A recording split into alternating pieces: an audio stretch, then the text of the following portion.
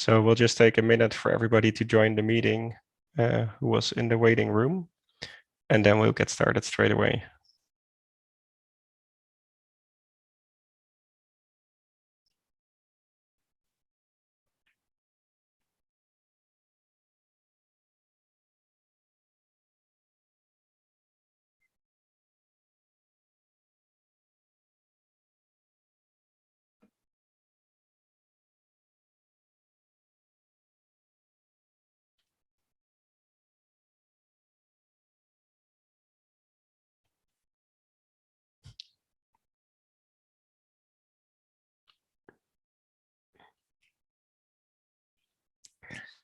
All right, I don't see a big change in the numbers anymore. So I think to respect the time, we'll just get started. Welcome everybody to this webinar of about an hour and 15 minutes on EU policy regarding the Syrian conflict.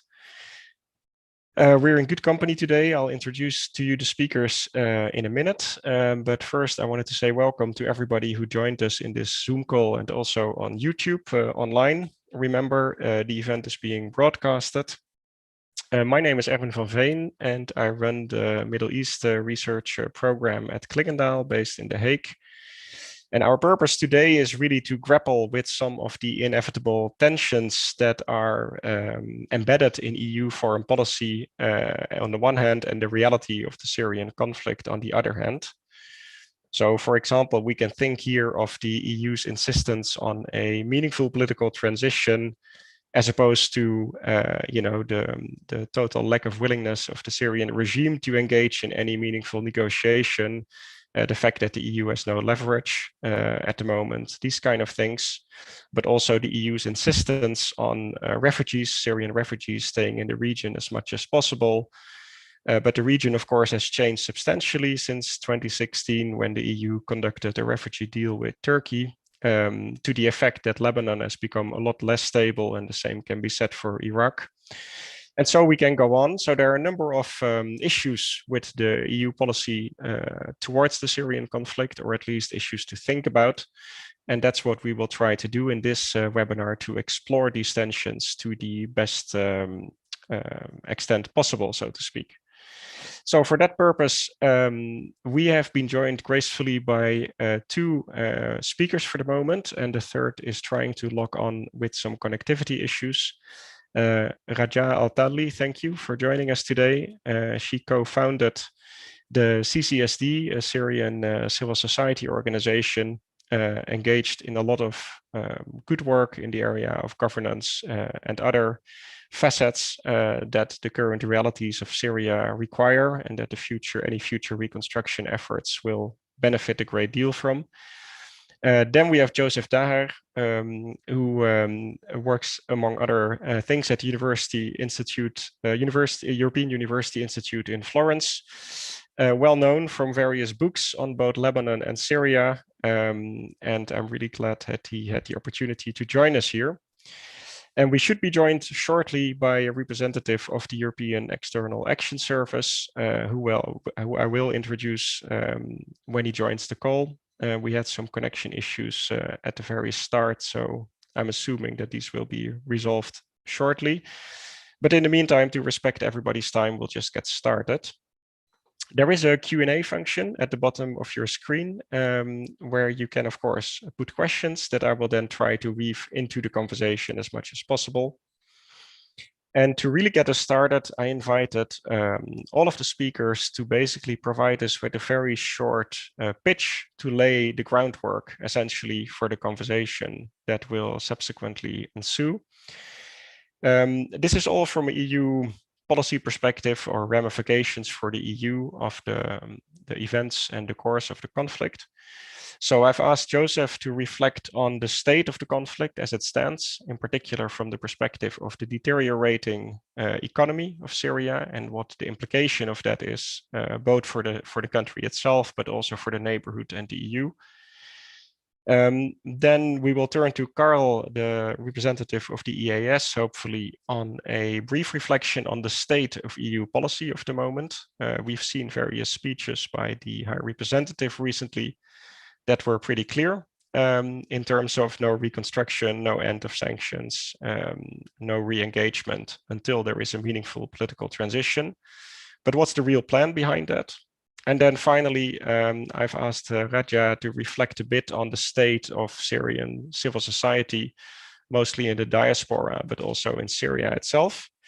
And of course, how the EU can do a better job in supporting that wide range of organizations that have built up their existence outside of Syria and try to either take care of a number of Syrian refugees in different countries, get work started in Syria under the conditions that are still in place. So this is 3 initial pitches where I would ask the speakers to stick to about 5 to 7 minutes maximum. And after that, we'll just build the conversation on the basis of what they've said.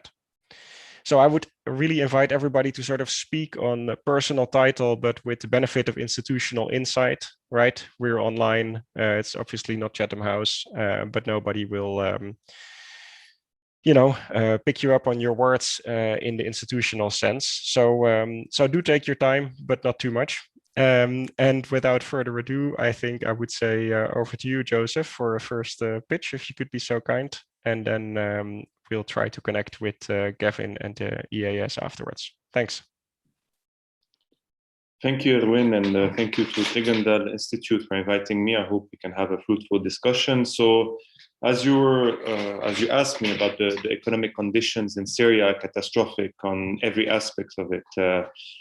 Today, the GDP is at 1/3 nearly of what it had been 10 years ago. So it decreased from 60 billion to 21.6 billion in 2019. The level of poverty is around 90% in Syria. We have to understand that the average salary for a public employee today is between $12 to $20 at the black market rate, while the living cost in Damascus for a family of 5 is over $200. So just to give you a bit where we are, the level inflation has reached record in the mid 2020, over 133% in 1 year. Obviously, the Lebanese crisis since October 2019 and the COVID-19 pandemic have further magnified these countries, the country's socioeconomic problems. In this context, you had an accelerated currency collapse. Just for people to put in mind, the Syrian pound prior to the uprising was around 45 to 50 Syrian pound for $1. Today at the black market, it's around 4,000 Syrian pound for $1. This is why we have rampant inflation, and also we're facing increasingly in Syria widespread shortages of many necessary products. In this context, and more study need to be done on this issue, but a lot of Syrians have been increasingly dependent on remittances sent by the Syrian diaspora, Syrian refugees, especially in Europe or in neighboring countries, or the Gulf and other countries as well. Some estimates have been coming out lately saying around 70% of Syrians are living on the remittances. Obviously, these are estimates, we have to be careful, but just to give you an idea, if you send $100 per month, it's humongous compared to the average salary for a public employee. And today it serves a main purpose of supporting the basic consumption of large numbers of families. And this is without talking about the destruction of the health system, education system in Syria for the 10 years, whether in absolute terms, in terms of infrastructures, but also in terms of quality. It's getting worse and worse. And I just want to say on this aspect, this is not only the result of the war and the destruction caused by, obviously, in majority by the Syrian government and its allies of Russia and Iran, and obviously other countries, but it's also the results of economic policies of the Syrian regime, which have deepened, if you want, policies that created the condition for the uprising in 2011. Meaning, deepening neoliberal orientation of the economic policies of the regime, benefiting a very small minority of people, very often,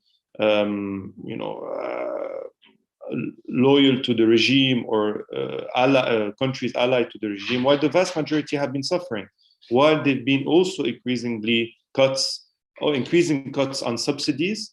And these were policies that we used to see prior to 2011 as well. So this has been, reflected by the so-called new economic strategy announced by the government in 2016, the National Partnership Strategy, in which the private sector is the main actor responsible for the redevelopment of the economy and of reconstruction. This obviously has been accompanied as well by security measures in what we call the housing, land, and property framework. It's not only about capital accumulation, but it's also about serving particular networks close to the regime, businessmen, and also securing particular, if you want, security policies to increase the security of the regime by expropriating certain numbers of people, or at least threatening them. And we can see that this kind of policies of deepening neoliberal policies is very often an occasion seized by governments or regime in period of crisis. We witnessed this, for example, after the Iraqi invasion in 2003, or in Lebanon, continuously since the end of the Lebanese civil war. So it's very important to take into account it's not only the result of the war, the Syrians are suffering economically, but also the results of the government policies that are serving a small minority. In this perspective, it is very hard to see or to foresee in a near future a return of refugees, especially from neighboring countries to Syria, or moreover from Europe. Not only putting aside that the security conditions are definitely not achieved for a return of refugees, and many reports have documented a lot of threats on the returns of refugees, especially young men, but not only, threat of being conscripted or being taken by the security services, etc. But moreover, economic speaking, who would like to come back in a country with an economy destroyed, with high rate of unemployment, with no kind of economic recovery planned for the near future? So this does not help at all the issue of the return of refugees. And again, I think we'll come back to this, Erwin. It's not about pushing refugees to come back. It's about giving them the choice to say if they want to stay, to remain in their countries of residence, especially in Europe, where we are seeing increasing pressure in some countries to push them to go back. But it's basically the right to return. But the conditions are not reunited today. When it comes to the regime survival, when it comes to the economic crisis, we have to be careful, I think. Obviously, there is a form of continuous instability, and the various forms of protest and dissent that we've been witnessing in the past year in Syria is an element of this that we can take into account, not only in former opposition-held areas, forms of process like in Daraa, Rif Dimashq, Damascus province, etc., but in regions that were not hotbed of the revolt, or have been considered as loyalists. The coastal areas, but Damascus as well, etc., have witnessed increasing forms of criticism against the regime because of its policies, because of the economic situation. So if the regime has some way, if you want, guaranteed its survival, especially because of the assistance of its allies, Russia and Iran, we will see, I think, for the near future, a form of continuous instability, because the regime cannot reimpose a form of passive hegemony on the population. What do I mean by passive hegemony? It's not saying hegemony that people, are basically seeking, or maybe appealed by the ideology of the regime or some of its policies, but maintaining a form of non-opposition of large sectors of the population will not be achieved in the near future. So I think as I was saying, because of the current economic situation, the lack of security within Syria, and also saying very often we speak of a post-conflict situation. We're not in a post-conflict situation at all. We're still very much in a conflict situation in Syria. We've seen lately, still until yesterday, bombing of Idlib, but clashes in the northeast, etc. So we're not in a post-conflict. Therefore, we're most probably going to witness a form of continuous instability in Syria from forms of protest from below, from the population, whether considered loyalist or not, but also, and maybe we'll come back to this later, it creates the condition to, if you want, a comeback or a return, unfortunately, of jihadist groups such as Islamic State that have increased their activities for the past 6 months with the multiplication of attacks. I think I'll stop here. I have already a bit went over my time, so I'm sorry. That's great, Joseph. Thank you so much. And welcome, Carl. I'm glad you could make it to the call. I will give you the floor in just a minute, but Carl was kind enough to join us. He's Deputy Managing Director at the Middle East Department of the European External Action Service, and completes our sort of trio of views around this virtual table. So thanks again for joining us. I think these were some really, sort of scary, frightening numbers, Joseph, that you put out. GDP halved by 3 in 2019 compared to 2010. But also the fact that the recovery bill will amount to something like 25 times the GDP of the moment, which is a huge amount of money. Yeah, when the total loss accumulated in the past decade is estimated around more than 500 billion US dollars. Exactly. And then salaries being about a tenth of what is needed. So I think you point already very perceptively at the end, and we will pick up on this after the next two interventions, that there is a huge tension between recovery and return, right? As long as the recovery is not taken to hand, obviously the prospects for return aren't going to get any better. So there is a fundamental contradiction in these two elements of policy. So just to flag that up, Carl, we're going to turn to you if you don't mind. And like I announced at the beginning, I'm very grateful that the three of you have agreed to, lay out an initial pitch, if you like, of 5 to 7 minutes or so. And as you know from our correspondence, I would really appreciate it if you could tell us a little bit more on the standing EU policy towards Syria at the moment. In particular on 2 counts. One is, of course, that the fact that the EU has been very clear that there is going to be no reconstruction without a meaningful political transition. And yet, at the same time, Geneva is deadlocked and Assad is preparing for the presidential elections. The EU has very little leverage. So how to cut the Gordian knot here or to get out of this dilemma.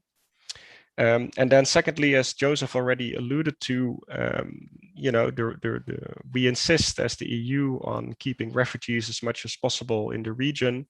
And yet the region is becoming increasingly unstable with the situation in Lebanon, but also in Iraq as warning signs of what may be yet to come, in particular for the most vulnerable, which are typically Syrian refugees. So, as you can see, we saved the difficult questions for your arrival, but if you could have a step at some of these, I'd be grateful. Thank you very much, and good afternoon, Erwin colleagues, and all who are listening in.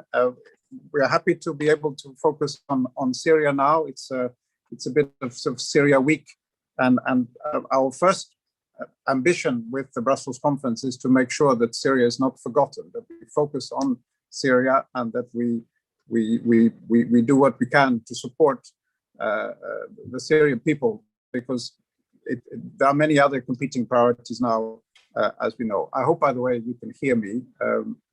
I'm connected on the phone, and it's not ideal, but this is what seems to work for the moment. First, you ask, why do we nevertheless pursue a meaningful political transition now that Geneva is deadlocked? Well, I think Joseph, who spoke before me, he gave many of the elements of the answer, which is that the Syria we see today is not only the result of the war, it's also the result of the mismanagement and the policies and the politics of the Syrian regime. And we have every reason to believe that in the absence of a meaningful political transition, we will probably would be stuck with something similar for the future. There's very little evidence that things would fundamentally change if there was some kind of acceptance for accepting the reality for what it is. No major return of refugees, no major recovery of the economy, and no fundamental change in the way that the country is run. And therefore, for us, it's not a very difficult policy choice if we want to see a different Syria, which is stable, which is welcomes the refugees back in safety and dignity, which is economically powerful, which is integrated into the region and the international economy and international institutions, and with a positive factor for the region and indeed for us, because it's not very far from the European Union to Syria. So for us, this is a relatively easy choice. It's also easy because there is a pathway that has been identified by the Security Council and which has the international community's support, which is set out in Resolution 2254. I looked at it again this morning, and you can see that most of the elements are there. The things that we would like to see are things that the international community is standing fully behind. The question is, of course, and I also have to respond to you, you say we have very little leverage. I don't think it's little leverage. I think we have to maybe clarify the leverage or remind all parties to the leverage that exists. It's considerable. It's not only the reconstruction assistance, it's also the lifting of sanctions, and it's also, and perhaps most importantly, the normalization of relations, meaning trade relations, meaning diplomatic relations, meaning the integration of Syria in the region. These are the things that have a chance for Syria to develop in a different direction and to make a different choice for its future. And they have been there for a while. It's true that the Syrian regime has not wanted to engage on these terms, but this, in our view, is not necessarily a reason for us to change the terms, because what they would like to see is very much what we already have in Syria for the reasons that Joseph mentioned. Unfortunately, we have to say that. On the issue of the refugees, there's a common misunderstanding about the EU policy that and some misinformation or disinformation spread on this topic. So I'm happy to have this opportunity to explain. The European Union is not opposed to refugee return to Syria. We are not telling the refugees not to go back. For a refugee to return home should always be an individual choice for the person and the family concerned.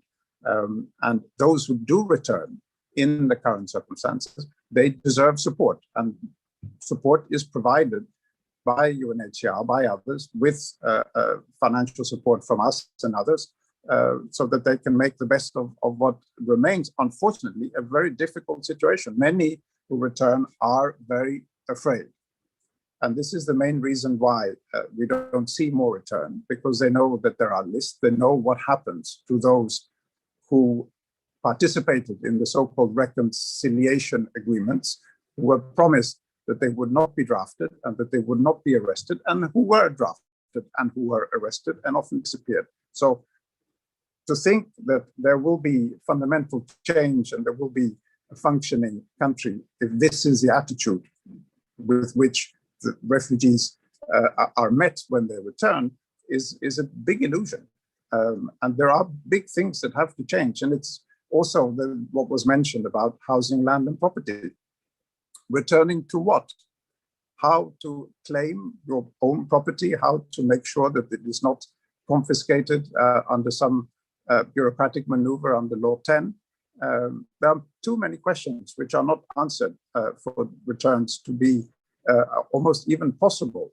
But of course, we would like to see the Syrian regime engage on these issues and work to find solutions and to offer a serious prospect of safe and dignified and sustainable return.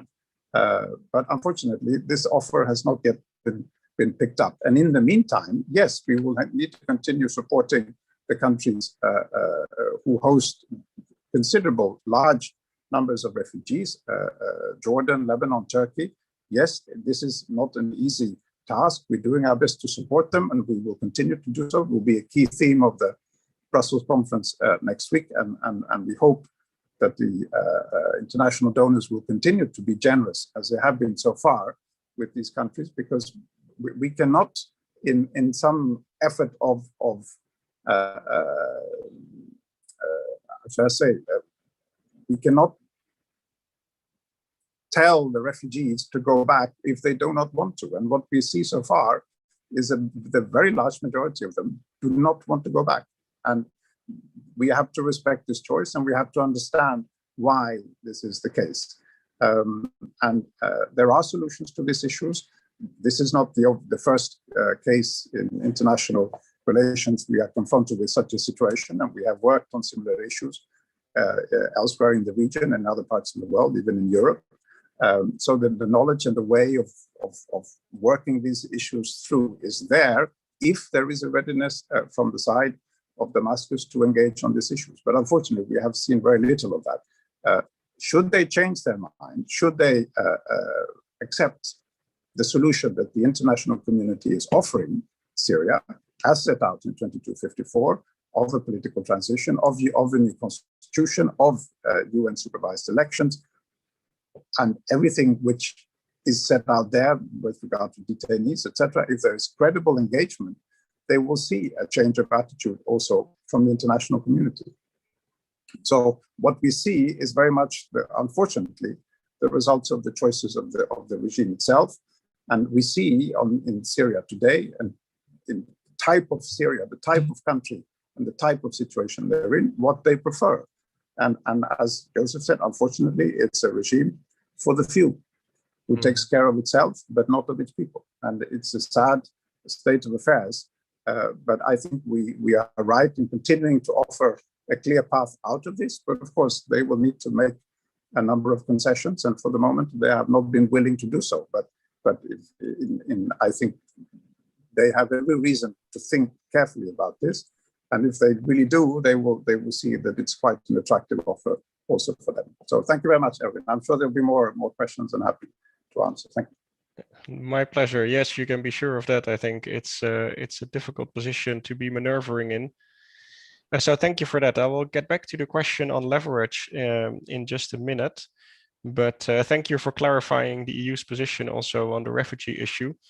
I would not think that anybody thinks the EU is opposed to refugees going back, but maybe the concern sometimes is more at the level of EU member states, where there is the occasional push to try to get Syria cleared for refugee return, so that more stringent measures can be adopted to prevent refugees from being granted residence. For example, in the Netherlands or also in Denmark, there is the occasional populist outburst that flies in the face of all the evidence that you have aptly summarized. But before I turn to the issue of leverage, I would like to turn to Rajaa first. Thank you for being so patient with us, Rajaa. If you could sort of say a few words or give your view on, given the stalemate that we see in front of us, right? A regime that gives zero inclination of being willing to compromise on anything. The EU, but also the US, basically standing back and saying, listen, until you change anything, until you change your attitude, nothing is going to happen from our end. What kind of role do you see for Syrian diaspora, civil society organizations to sort of step into this, empty space, if you like, and what kind of support from institutions like the EU do you view as useful or even essential to that effect? The floor is yours, please. Thank you so much, Erwin, for organizing this event, and for Clingendael, and for asking those important questions regarding the EU policy on Syria and also the role of civil societies. So, as you know, like in March, we are celebrating the 10th anniversary of the Syrian revolution. And basically, we can say the 10th anniversary of the demand of Syrian people for freedom, justice, and also dignity. And while we are asking the question, what is the state now? It's important to know, like, what are the Syrian crisis has been or entailed for the Syrian people in the last 10 years. So, like, Syrian people witnessed bombing, detention, chemical weapon, siege, etc. And when we are talking about, and as Mr. Joseph talked about that, we are still in a conflict zone area in Syria. We are not post-conflict yet. So while we are discussing the EU policy, it's very important that to know that the international community needs to address the current situation. While we have the stop, like the political process is not moving forward, and it's very essential to push the political process based on Security Council Resolution 2254 to find a political solution. And EU could play a very important role in diplomatic way alongside with the UN and Office of the Special Envoy to bring together the different actors, especially Russia and the US, to negotiate the terms of a political transition and a political solution based on 2254. But as we are moving toward that, and I hope that Brussels Conference 5 would help in this process, to be able to entail the role of civil society that are playing, and this is inside Syria and outside of Syria. Civil society organization, formal and informal, inside Syria and in the neighboring country, and also in countries like EU and US, Canada, etc., has been playing a very important role in the last 10 years, actually. Not only highlighting the human rights violation that is happening, or calling for accountability, or taking even steps towards like moving towards accountability measures in Syria, but also in the humanitarian aid sectors. Like, I know that the misery that we have now is big, but also the role that civil society organization played in order to not have an even bigger, it's huge. And like, maybe it's important when we are talking about the state of civil society to distinguish between different area of control inside Syria. So civil society organization in the northeast of Syria, which is under the control of the Syrian Democratic Forces, is playing an important role in preventing and countering violent extremism, and also in bringing more focus on social cohesion, while, you know, like that, it's not homogeneous area which is in the northeast, which is under the control of SDF. So it's very important to highlight the role that they are playing in those two domains.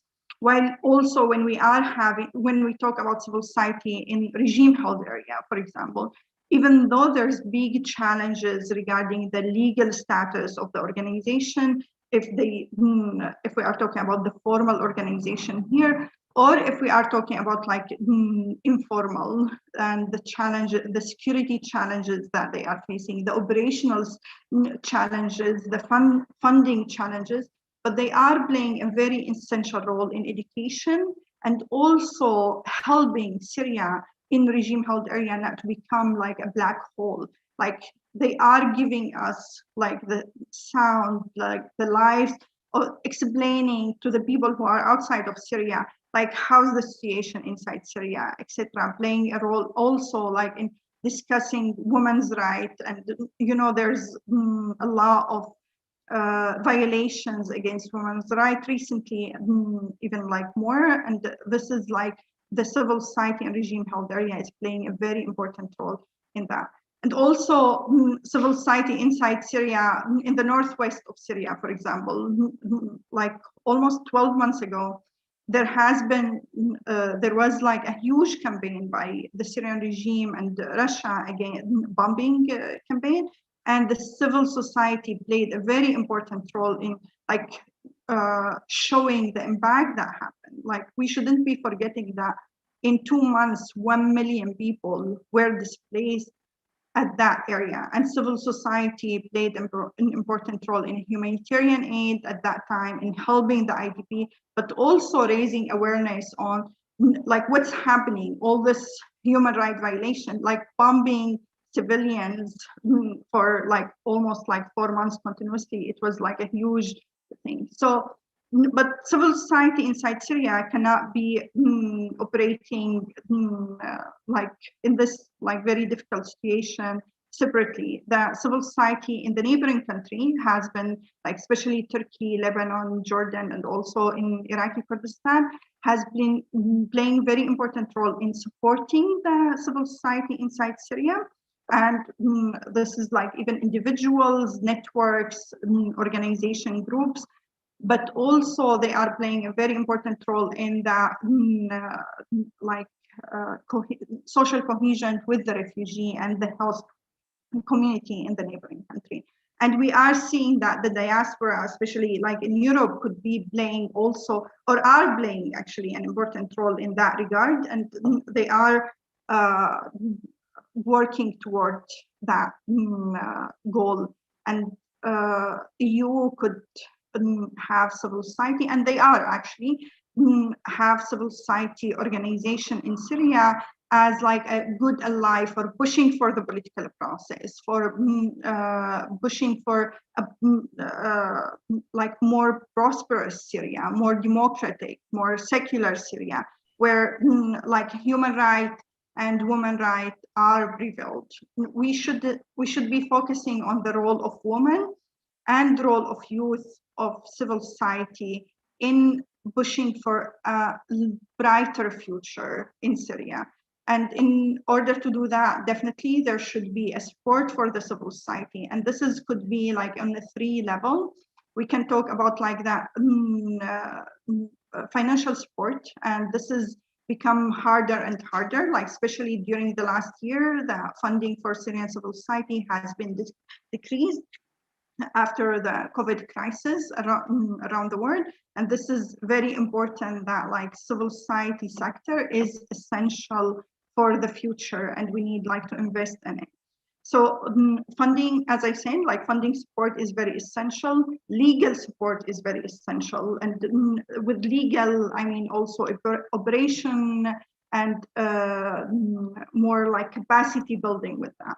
And the third support that I would think that like EU could play an important role in like providing more support on the research level, on academic level, like more creative also initiatives. Like I've encountered almost every day, like a very innovative interventions from Syrians inside Syria and in the neighboring country, or everywhere actually, which could bring like lighter, brighter future for Syria. So I do like encourage you to support more innovative ideas and academic ideas for Syrians.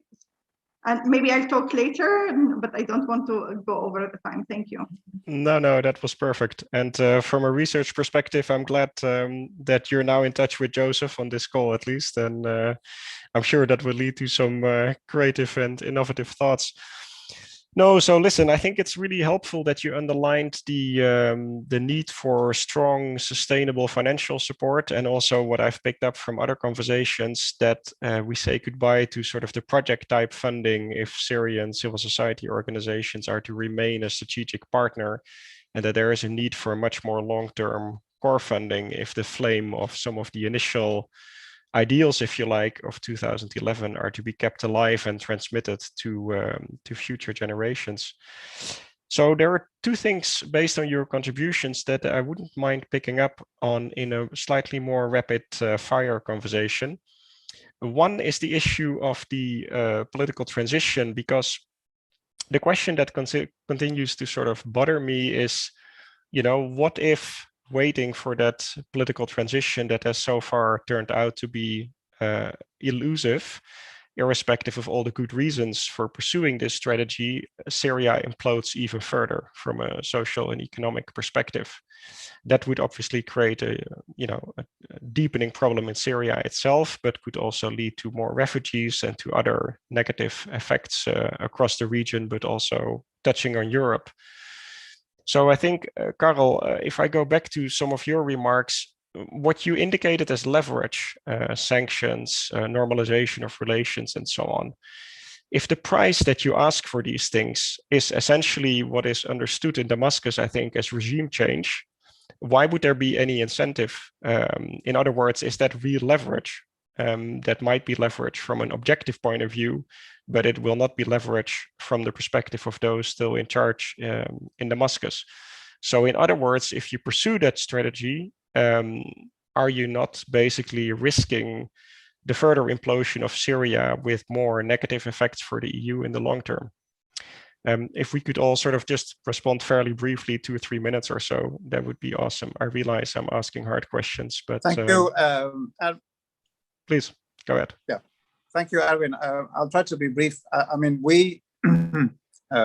it's not the European Union or the international community that is pursuing the current path of Syria. It's Syria. It's the Syrian regime itself. So it's not that we are responsible for the outcome of their decisions. They are responsible for their decisions. And unfortunately, as you say, it's going, all the indicators are going in the wrong direction. What we can say is we are ready to engage. We've said it in a statement by all the EU27 last week, that we are ready to enhance dialogue among international actors and to bring people together. Yes, we need to talk about this, but we also need to feel that there is an interest in pursuing this. And I think it, as I've said before, we don't think it's very complicated. It's very clear what needs to happen.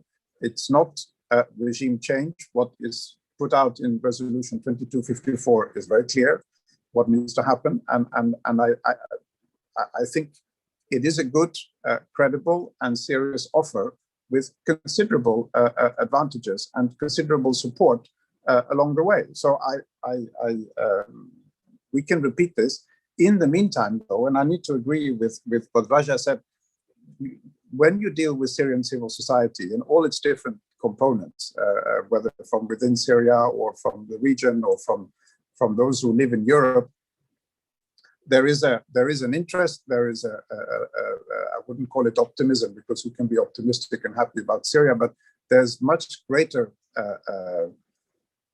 sense of potential and engagement and interest and innovation and a forward-looking approach than what we see in any way from the regime. And it makes you actually feel quite hopeful for the future of Syria.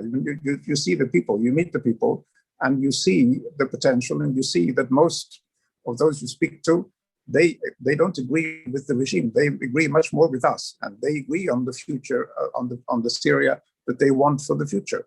So and we have felt this. We have supported very much civil society. We can always do better, of course, I'm sure, but we've also supported the opposition. The opposition has engaged, has wanted to engage in the political process, and has been ready. We have supported them. They work very hard, and they also represent Syria. And they have been put together in a very elaborate process of trying to find the different components of Syrian society.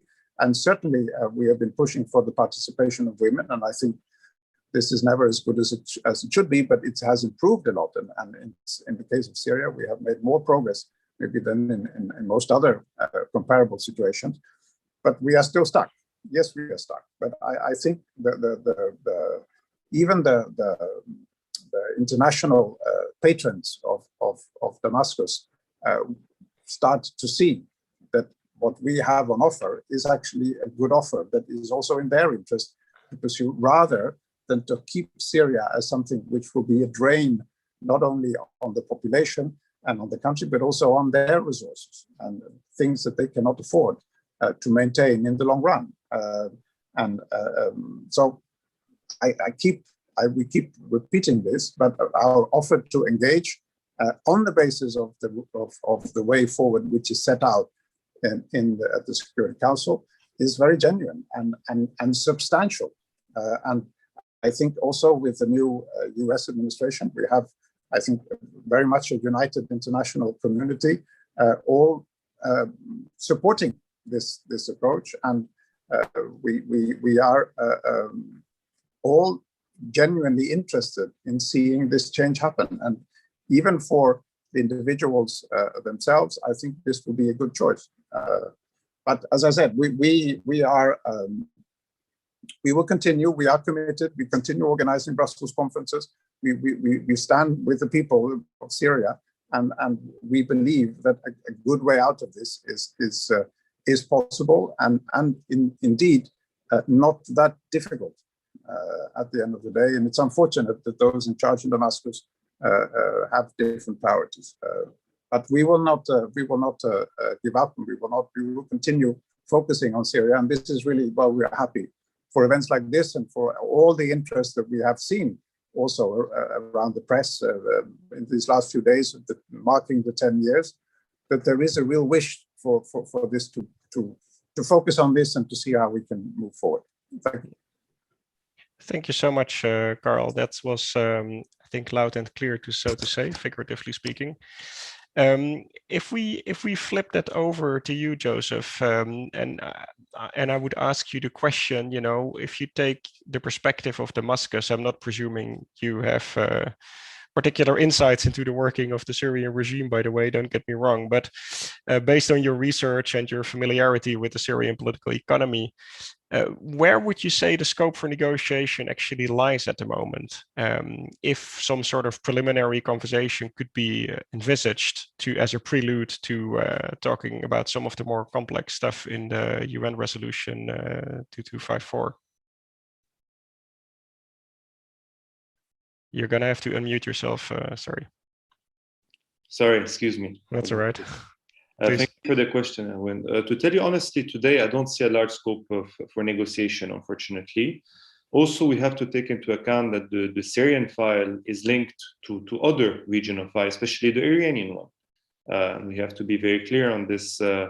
And US foreign policy is much more focused regarding the Middle East on seeking a solution with the Iranian file rather than the Syrian one, which will be a direct consequences of any kind of agreement that will occur regarding Tehran. And this is also to say that most of, I think for the EU also, even though I was very happy to hear that Syria is still a priority, but most of the US or European countries have to deal with, you know, the consequences also of the pandemic and its socio-economic consequences within European Union. I think this is more of a priority today, which I can understand as well, but this is also a reality we have to take into account.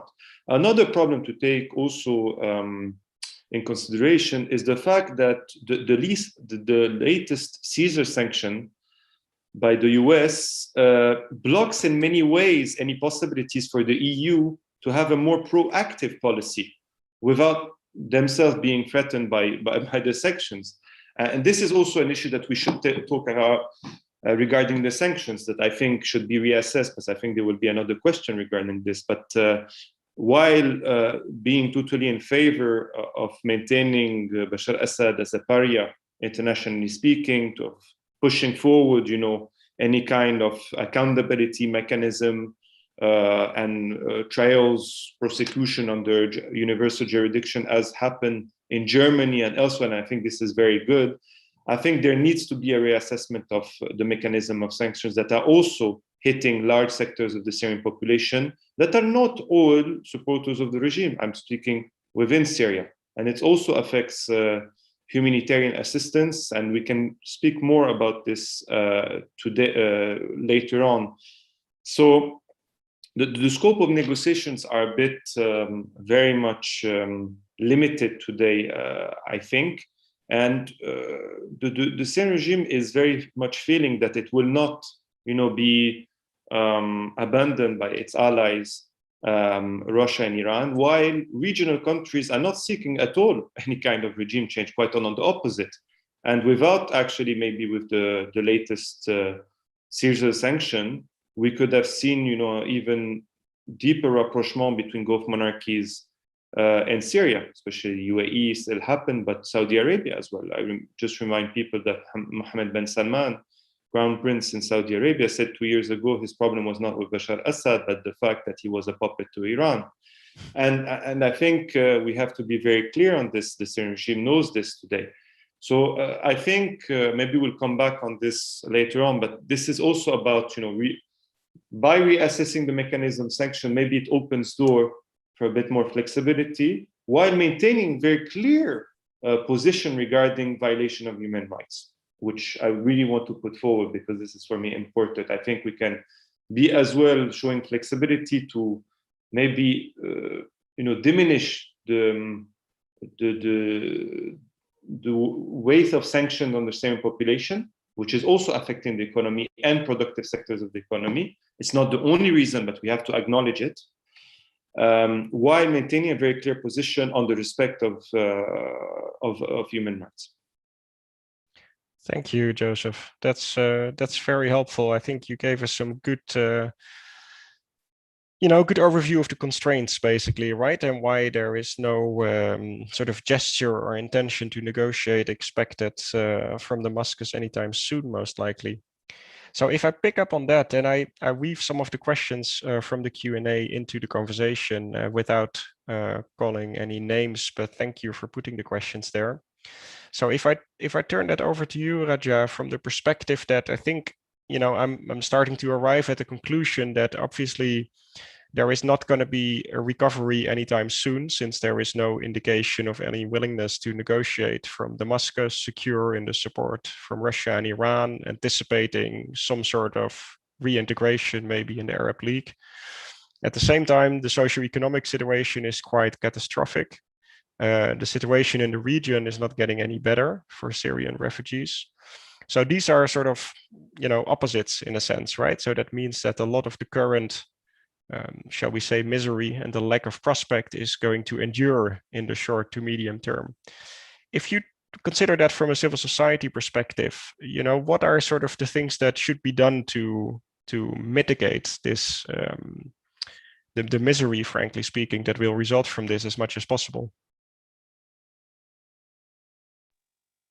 Yeah, thank you so much. So I just want to thank Carl for here. Like, I was very happy to hear from him that the commitment, the EU commitment for continuous support for the Syrian civil society, and that he see the potential. So this is very good start of the answers, actually. And I agree with Joseph about that. When we are talking about the Syrian crisis, it's very hard to think about it only as Syrian crisis. It's really affecting, like, many regional file and many international files is intervening when we are discussing any type of solutions or any type of alternatives regarding the Syrian crisis and the solution for the Syrian crisis.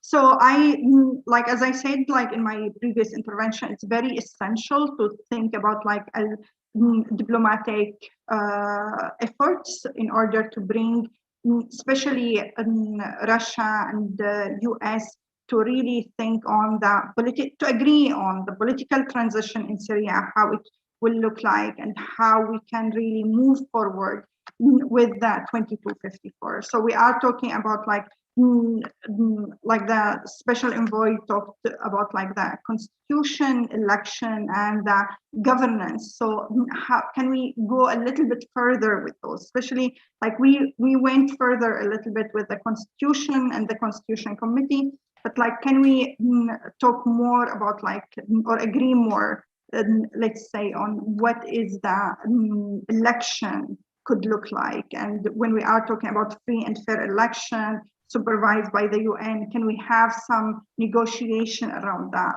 and agreement? And of course, I would rather to have agreement between the Syrian actors, but I am trying to be realistic regarding what can be effective for Syria. So we need also international agreement in order to be able to have more agreement between the Syrian actors, and also that regional, but in the beginning, EU could play a very important role in that.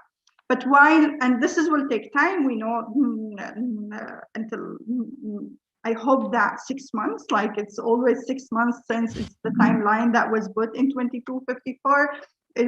We take that timeline like forward, but even like if we say 6 months more or less, it's very essential that like we have alternatives, as you said, Erwin. So some kind of alternative that I could provide, that like really focusing on putting pressure regarding the detainees issue. In Syria, at least, like for me, one of the things that like really get me engaged with the Syrian revolution, and even like before, without even like me choosing that, my father was detained for 9 years just because he was politically engaged. And this is like now around the world, to be politically active is needed, actually. It is needed to solve not only a political problem, it's also regarding environmental issue. You need to be politically engaged in order like to solve COVID, the consequences of COVID-19, you need to be politically engaged. So just to know that if you are politically engaged, then you will be detained, it's a huge problem. And this is before 2011, where like less people, much like the percentage of people who were detained was much less than now. And this is why I highlight the issue of detainees as very important and essential issue to move forward. And with this, not only the release of the political detained people or the people who were detained based on their opinion, but also what after that, like what happened, like for their family, for themselves after they are released, and also what happened for the forced disappeared people. So I cannot highlight enough the importance of working on the detainees issue and working with their family regarding that. But also that I want to highlight the IDPs issue and also the refugee, because like you talked a little bit about the return of refugee or the status of the refugee in the neighboring country.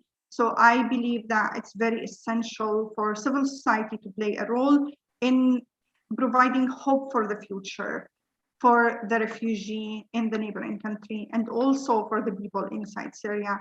And civil society has been playing a role in that, and they can do more by your support. Thank you.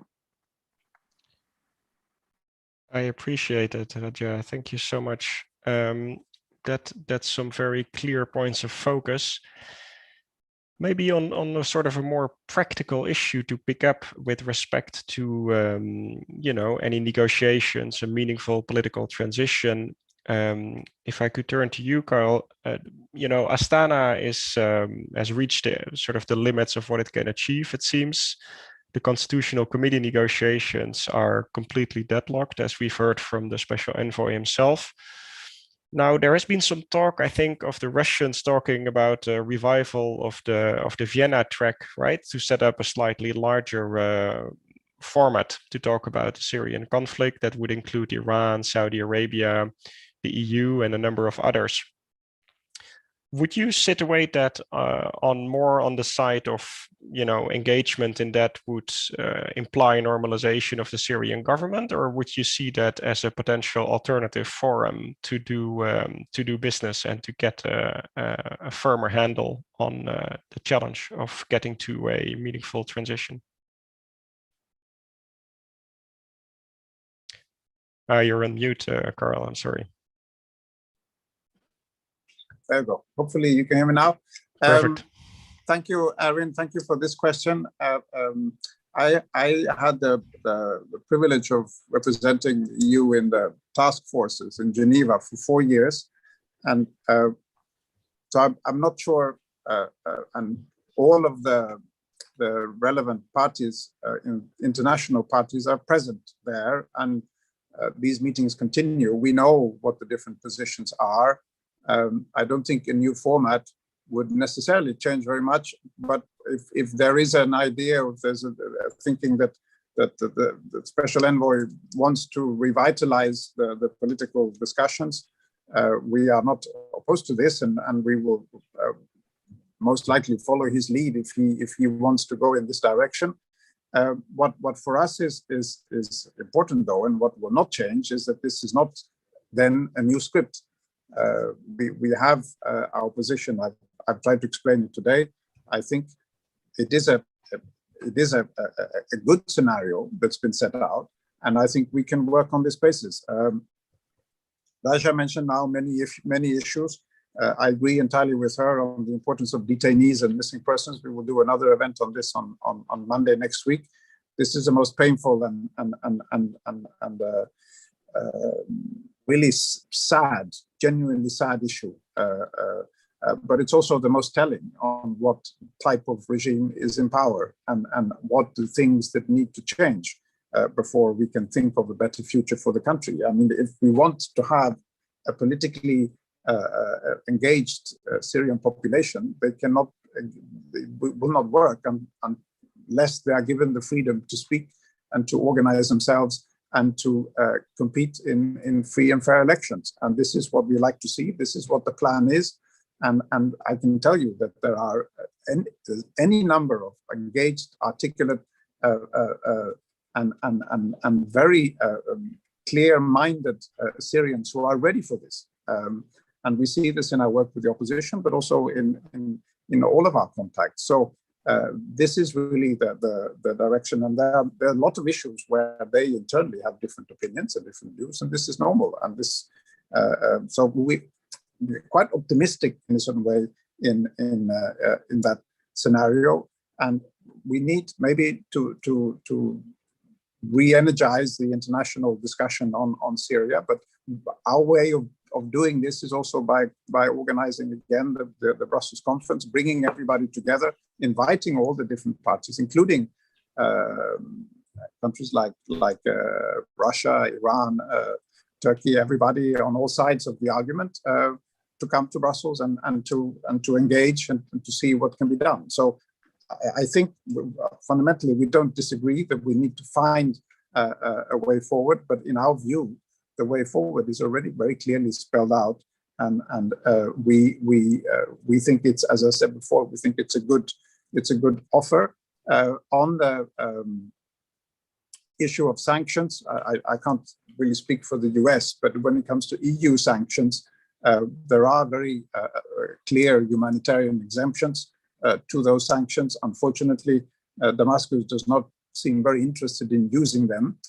They are more interested in blaming the sanctions for all the consequences of their own mismanagement of the country. And there's a lot of disinformation.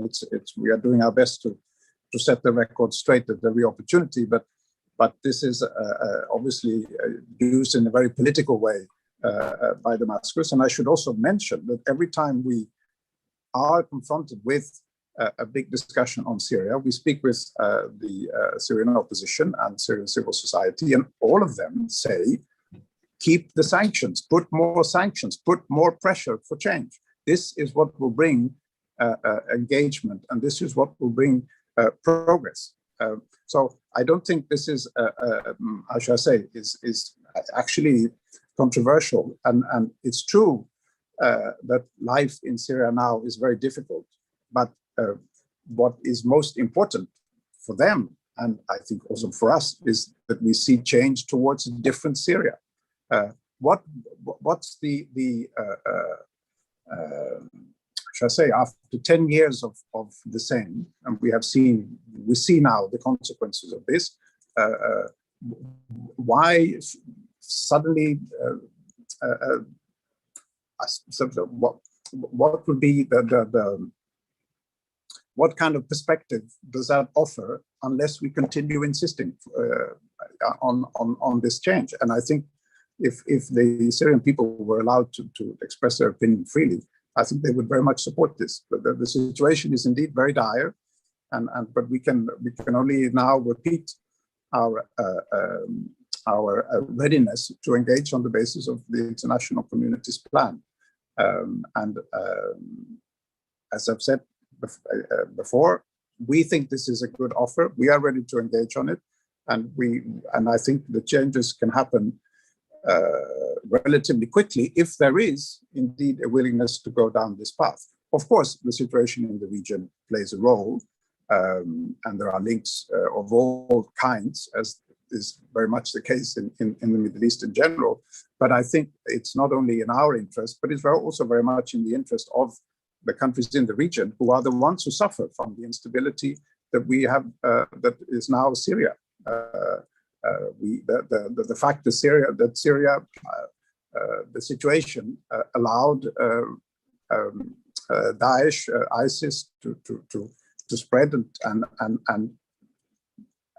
is very unfortunate. It is something for the countries in the region to consider how that happened. We are trying to remind everyone now in the context of the fifth Brussels conference, of how this all started, and who took what steps, and why we are in the situation we're in. And it's something for everyone to consider and to see that it's only change in Syria that will fundamentally change this very bleak situation. And we don't, when we engage with countries in the region on this, they don't disagree.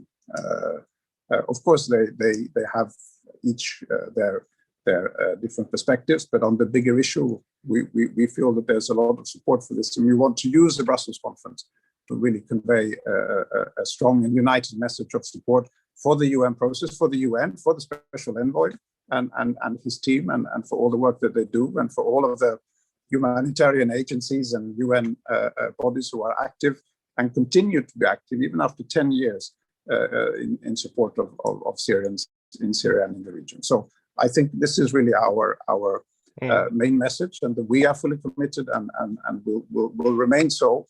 And we hope that Damascus will come to the table before long. Thank you.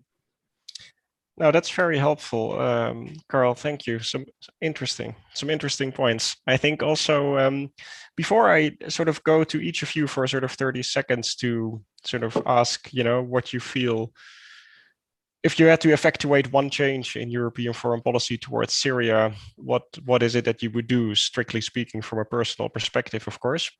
You'll only get 30 seconds to answer that, though. But before I do that, I wanted to turn to Joseph very briefly for a final question, if you don't mind, which is about the sanctions that you brought up, because it's a very difficult issue, because the current situation is not the result just of sanctions, of course. It's the result of 2 decades of state policy before and a ruinous conflict. At the same time, sanctions are having an impact, obviously. And to say that one prefers sanctions to be in place while being outside of Syria is one thing. To say the same when you're inside of Syria may be something different. We don't really know, because there's no reliable polls or anything on this. But if I go back to this tension that we've spotted, Joseph, between sort of the absence of recovery and the deteriorating socioeconomic situation, what would you say about anything that can be done in the interim, maybe including sanctions? But keep it brief, please, if you could, so we can finish on time. Yes, thank you, Erwin. I'll try to be as short as possible. I think one of the, and this is linked to the previous question of concessions, one of the last elements I didn't mention, it was the lack of a credible alternative on the ground, political one. And this also, when we speak of what opposition today, when we speak about the Ittilaf, the coalition, is very much discredited within Syria and outside Syria. And it has lacked, any kind of inclusive politics when it comes to women, to minorities, to even a kind of a socio-economic alternative. This, I think, should be said, and have mostly, spent time basing its policies regarding foreign countries. So this is an issue. When it comes to sanction, as I said in the beginning, the economic condition today in Syria is not the result of the sanction, but sanction affects negatively and even humanitarian actions. I've been speaking with humanitarian employees on the ground in Damascus, telling me certain numbers of INGOs, international organization, NGOs have been affected by the sanctions, not necessarily by the EU, but by the US sanctions, because of the secondary nature of them. You have, and this is well documented, I worked on it, there's a report last year over the issue of overcompliance. There have been NGOs in Europe seeing their bank account closed because they deal with Syria, basically, or they have to do something with Syria. And this is, again, widely documented. And I think civil society opinion on sanction is much more diverse today than 2 years ago. For me, I think there's been a change of increasingly taking into consideration that, and this is one of the problems when I think in the sanctions, is that it creates a deep division between the people inside and outside. And I think this is really problematic. And we shouldn't be deepening this issue, because there's more than 15, 16 million people, Syrian, living under the regime-held areas, and should be taken into account as well. And this is what I was saying, to reassess mechanism of sanctions. I'm all in favor of sanctions targeting institutions, individuals that committed war against humanity, not only regime, but also particular armed opposition groups. But I think this is, and again, it is affecting on the ground humanitarian assistance. And even speaking with some EU officials, they acknowledge that the sanctions, again, it's not necessarily the EU sanctions, but we cannot deny the consequence of US sanctions and the threat of many financial institutions, for example, to being hit by OFAC or by various US sanctions. And again, this is widely documented, just as it's affecting productive sectors of the economy. Today, just to give you, Erwin, a little number, before 2011, Syria was exporting around to a value of more than $11 billion US. Today, it's less than $1 billion. It's $700 million. Today, Syria is mostly a consumption society. You cannot build any kind of economic recovery in these kind of conditions. And you need basically a new, and at the same time, businessmen connected to the regime are able to go over the sanctions. They have the abilities, while the normal Syrian don't. So this is what I'm saying. It's not a debate between no sanction or full sanction. It's about what kind of sanction, how to less affect the Syrian population. And today, again, it's very hard to put a number on percentage, but it is affecting negatively Syrian. And if you speak with people, even to send money, well, mostly informal ways are used. But I mean, on this aspect, I think we have to have a nuanced perspective. And this is why I was saying to be flexible when it comes to this kind of issue. I completely refuse any kind of normalization, but I refuse also that large majority of people within regime-held areas are also being affected by this. I'm going to stop you here, Joseph, but thank you very much for providing sort of the perspective from another end of the equation. I mean, I hope everybody will forgive me for taking this 2 minutes over time, but let's do a quick round, just out of curiosity. If you had your dream wish come true, Rajaa, what is the one thing that you would change about EU foreign policy at the moment? Yeah. So I would call for like a clear mechanism to support the family of the detainees and the previous detainees, and the consequences, the health, legal, and psychological consequences. To have this clear mechanism is very important. And if you allow me, I just want to say one thing about the sanctions. I do think that like the sanction is a controversial issue among the civil society organization, and I agree that it's inside Syria versus outside of Syria, not only regime-held area, almost everywhere actually. But like one thing that like when I am talking with many people inside Syria, even people who are pro-regime, they are agreeing on targeted sanctions towards individuals and institutions who commit war crimes and humanitarian crimes. So I think this is something that like most of the people are agreeing with, even people who are supporting the regime. Thank you very much. Thanks so much. It seems to me you might be on the same page then, because that's also what Joseph said. I think that the war crimes issue should be front and center. Karel, over to you, please. The one thing, and don't tell us that it's perfect as it is. You had the last 60 minutes to do that. No, I mean, nothing is perfect in when it comes to Syria, and I'm not claiming that what we are doing is perfect. But I try to explain the logic for it. If there's one thing I could change, I would wish we were in a different place. Rajaa said before, we should discuss the elections, the UN supervised elections, giving the people of Syria the right to choose their leaders, and to move on. This, we have been working on this, we've been waiting for this, and this is really what I'd like to see, and for the decisions on all of these different issues to be in the hands of the Syrian people. If that were to happen, I could actually be quite optimistic and confident about the future. And it's such a pity that we're stuck now where we are, and especially because we don't see that it's very difficult to get unstuck. Which is why we continue to engage, we continue to support where we can, we continue pushing for this, because we believe in the future of Syria. We believe that the Syrian people will take good decisions and build a strong country, which is a stable country, and a country that gets along with all its neighbors, is part of the Arab League, etc. A normal country, so to say, in a few words.